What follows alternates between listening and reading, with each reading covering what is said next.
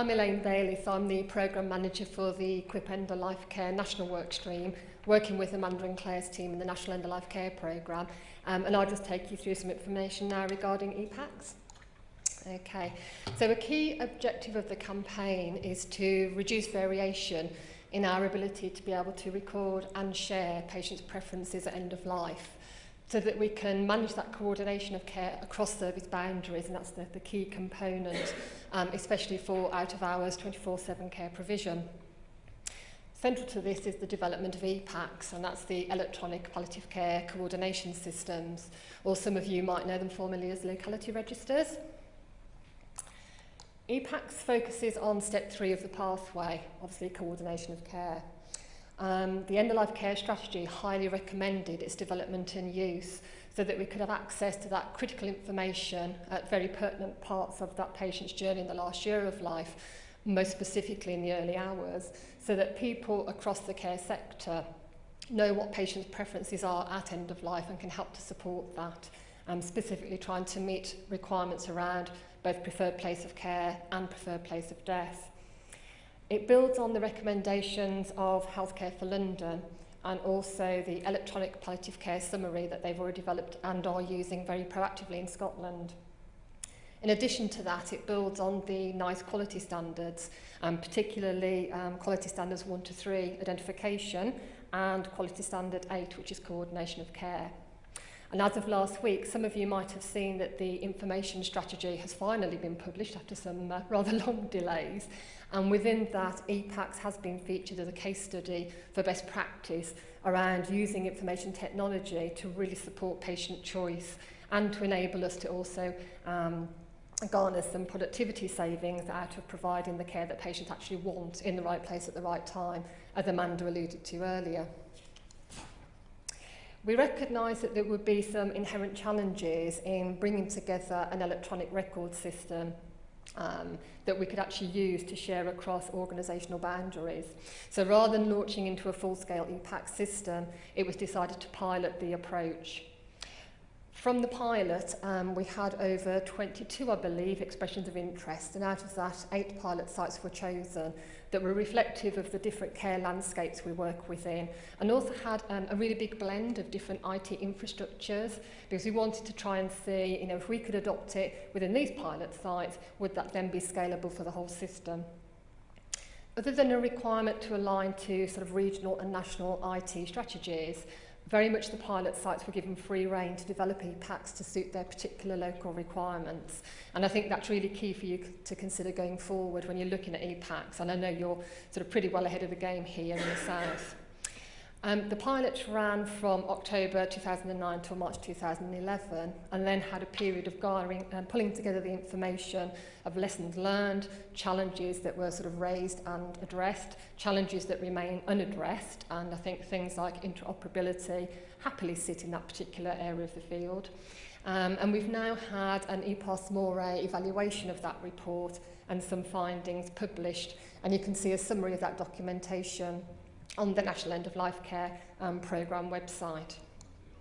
Just to give you a flavour of the different pilot sites that took part, there's a short list over the next 2 slides of the particular organisations that were part of it. We had NHS Brighton and Hove, Camden PCT, Leeds Teaching, obviously yourselves down here in the south, Western Area Health Trust and NHS South West, NHS Mid-Essex, the Royal Marsden, Salford PCT and Sandwell PCT. And just by glancing at those sort of 2 slides that I've whizzed through, you can see this one in a little more detail, a real blend of different IT systems being used across those organisations and different inherent challenges in bringing those systems together and supporting the flow of information between them. From those particular pilot implementations, we've had some really key information flowing back to share with other areas that are considering implementing an EPACs in terms of the sort of key areas to address and consider. And I'll just take you through some of those high-level findings now. Not rocket science, I think all of you would have picked the first one out straight away, but stakeholder engagement, absolutely key. And the particular sort of leverage that the pilots came back with was if you do not get some really strong GPs on that stakeholder board straight away, it's going to be much harder to actually get your EPACs up and running. And also that it's really important to have very regular meetings with those stakeholders to keep the momentum going forward. Part of that stakeholder group has to be very strong clinical leadership.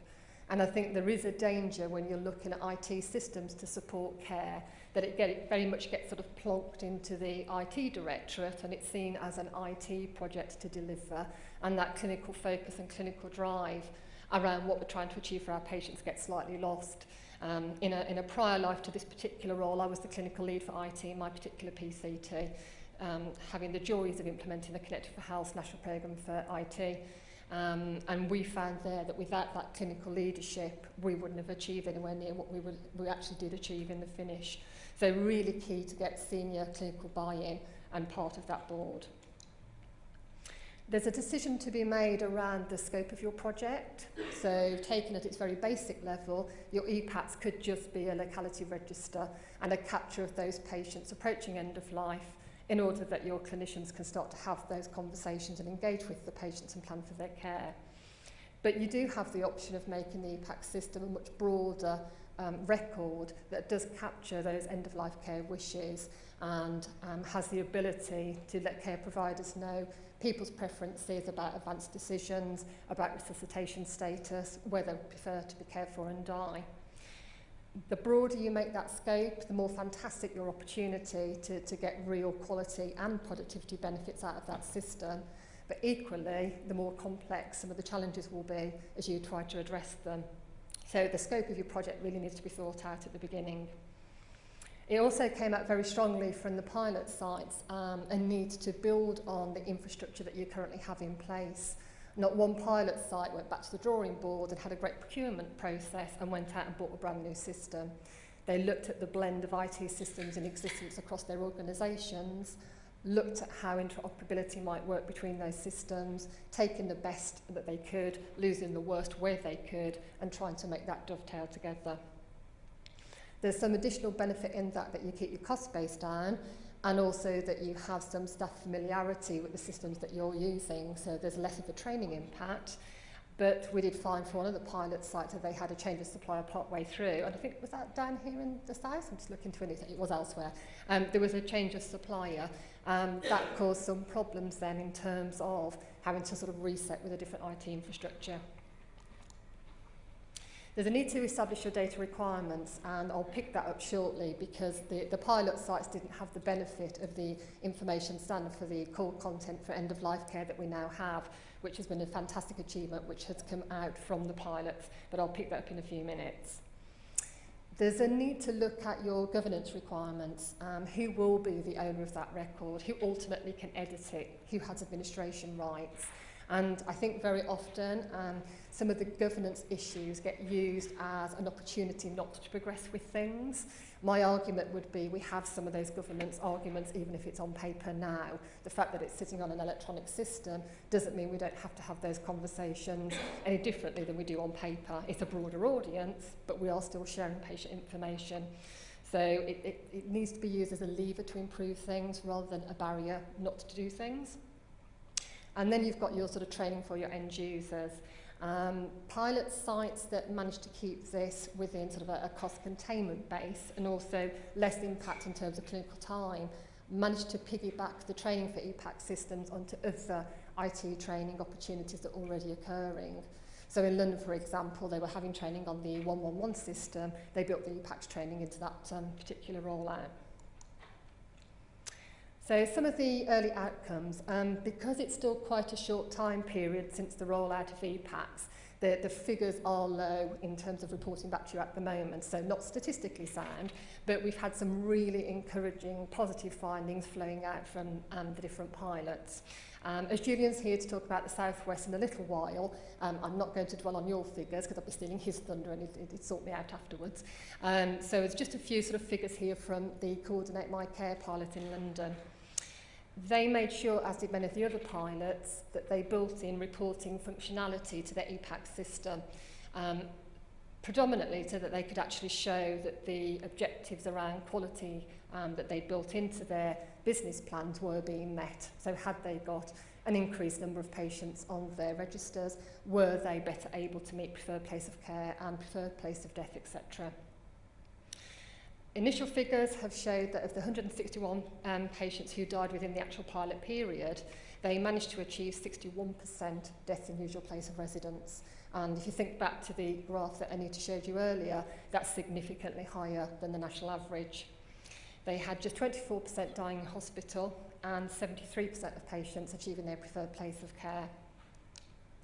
I think for me, even more encouragingly, because like Amanda, I'm also a qualified nurse and I spent a long time in sort of community nursing, the number of people on their register with a non-cancer diagnosis significantly increased compared to other registers when you sort of look at their figures. They had a 50% total number of people with non-cancer diagnoses on their register. And the numbers are quite high there, that's 571 patients. They've also got a good tranche of those patients captured with dementia, 168 patients and 15% of their overall register.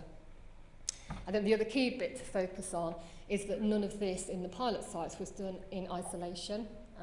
The register, or the EPACs as we're calling it now, was part of an ongoing strategic piece of work around coordinating care at the end of life, enabling people to have those somewhat challenging conversations around reaching out and doing early identification of patients. And this was seen as an enabler to support all of the above. We now recognise that having the pilots sort of complete, we need to move to sort of system-wide implementation.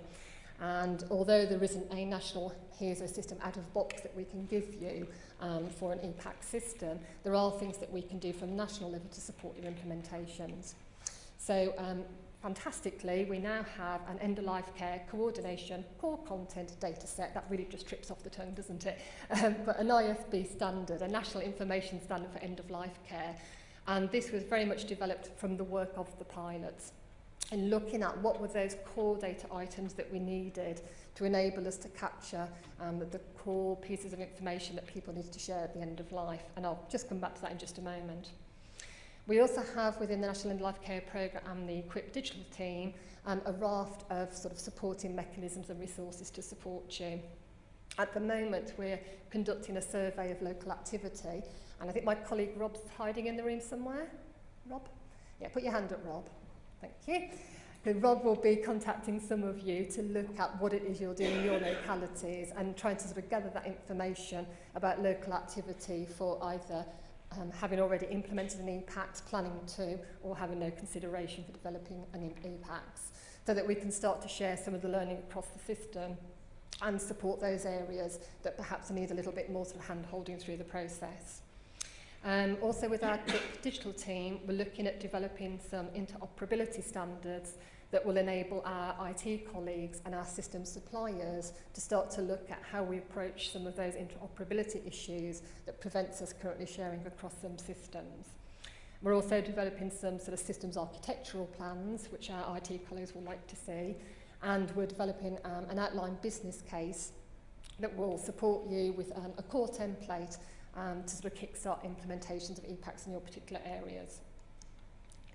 So just to drop back to the information standard for a moment, for those of you that don't know, the information standard basically is a sort of a benchmark that gives us a sort of a quality mark, if you like, for the technical criteria and content for a core set of data items that describe something that we're delivering.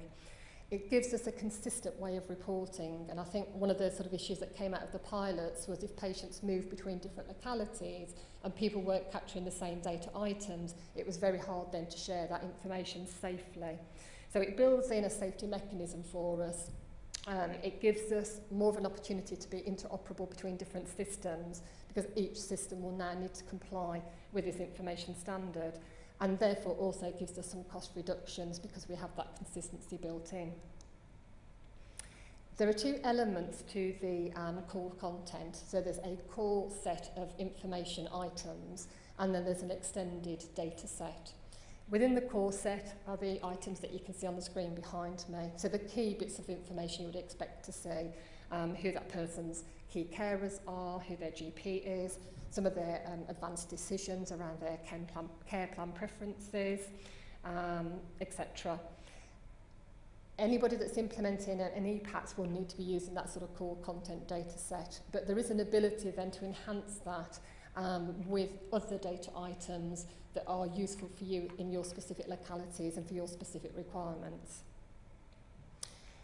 As well as the core data items, the information standard also gives us guidance around some of the governance aspects of it, around how we share that information safely, the risk management elements of it, etc. And this is just a screenshot of what you'll see on the Information Standards Board's website now. The information standard was published on the 20th of March, and this was a really major achievement for the sort of the pilot sites and the team that led on the core content data set. They actually managed to get this through the ISB in something like 18 months, which I believe is an absolute record for getting a core content data set established. And that's not to negate how rigorous an assessment process this was. It was an extremely rigorous process, took an awful lot of engagement with some very key stakeholders to make sure that it remains fit for purpose and will deliver what we need it to deliver. And just to give you a flavour, this is a list of some of the Royal Colleges that were involved in that engagement process and people that have actually endorsed use of the core content data set. And the other thing to say about this is it's not a static data set, and we do need to review the fitness for purpose for the data set going forward, and I believe the review is planned for around January next year. So we would very much welcome your feedback in terms of, do you think this is working for you? Is it supporting safe patient care? Is it helping to achieve the things we wanted to achieve? And I'll give you some contact details shortly that you can feed that back to us. Okay, really key information for you here if you're either thinking of implementing an EPAC system or already have one in place. And now that the information standard has been accepted and published, there are some sort of must-dos around it. So any organisation as of now that is negotiating for a new electronic system that records preferences around end-of-life care must specify compliance to the new information standard within the contract with those new system suppliers. Any providers of services for adult end-of-life care should review their existing current systems and plans and make sure that there is a plan to migrate to conformity with the standard by the 1st of December next year. And for suppliers of existing systems, they need to be able to demonstrate conformance by the 1st of December 2013. There are a raft of resources to support you with this because it is quite a big undertaking. So as I said, we've got the support of the Equip Digital team at the Department of Health and ourselves at the National End-of-Life Care Programme. There are a number of publications on the National End-of-Life Care Programme website, including implementation guidance, which is very detailed and takes you through everything you might need to consider around implementing an EPAC system. There's record keeping guidance on the site that sort of underpins how the clinicians and other care providers will be using EPAC systems going forward. There will be the outline business case, as I mentioned before, and we're also developing an IT toolkit that can be used by the IT directorates and system suppliers and yourselves to look at some of those interoperability issues, etc. Okay, so next steps, a little bit like Amanda, there's always an ask for you at the end of one of these sessions, isn't there? So important to know what's going on in your particular area around EPACs, and I think you're sort of very forward thinking down here in this part of the world anyway, so an awful lot of you may already be involved in using EPAC systems. But if you're not, look for your catalyst for change. Certainly within London, their change came out of the recognition that the ambulance service potentially would have had to have navigated over 30 different EPAC systems just to look after people in London on the advent of a 999 call, had they not have decided to coordinate and put that together into one system for London. And you can just imagine the potentials for impacts on patient safety and on people just not complying and not using the systems if the ambulance service were expected to learn how to use 31 different systems every time they got a 999 call. So that was for them a massive catalyst for change. It meant they had to do something quite quickly. Think about hosting your own regional roadshows, either to consider introduction of an EPAC system or to promote its use and how that can help to support both the productivity and quality outcome gains for our patients. Make sure that you have got compliance with the ISB standard within your localities, be that as a provider or a commissioner. And be aware of the existing support mechanisms that we've talked through this afternoon that can help you and support you to either start that implementation or to sort of gather momentum once that's up and running. And another call really is just let us know about your plans. We're really keen to hear what it is that you're all up to. Load of contacts on the slide for you there. These have come out in the slide packs, but I've put sort of all the key names of people that you might want to contact there for different elements of support around EPAC's implementation. And I think finally, just to remember, this really is about real people. So we can talk about sort of system-wide changes and putting in fancy electronic systems, but each time one of us uploads that information about a patient's preferences, and we are able to share that, and at sort of 3:30 a.m. when that ambulance man has to make a decision about what to do with the patient in a care home, we can get it right. We have made a massive difference for that patient and their individual family. And each of those individual differences add up to a massive whole improvement at the end of the day. Okay, I'm going to hand you back to Anita, and we're going to do some sort of waking up and some tabletop discussion now, I think. Okay, thank you.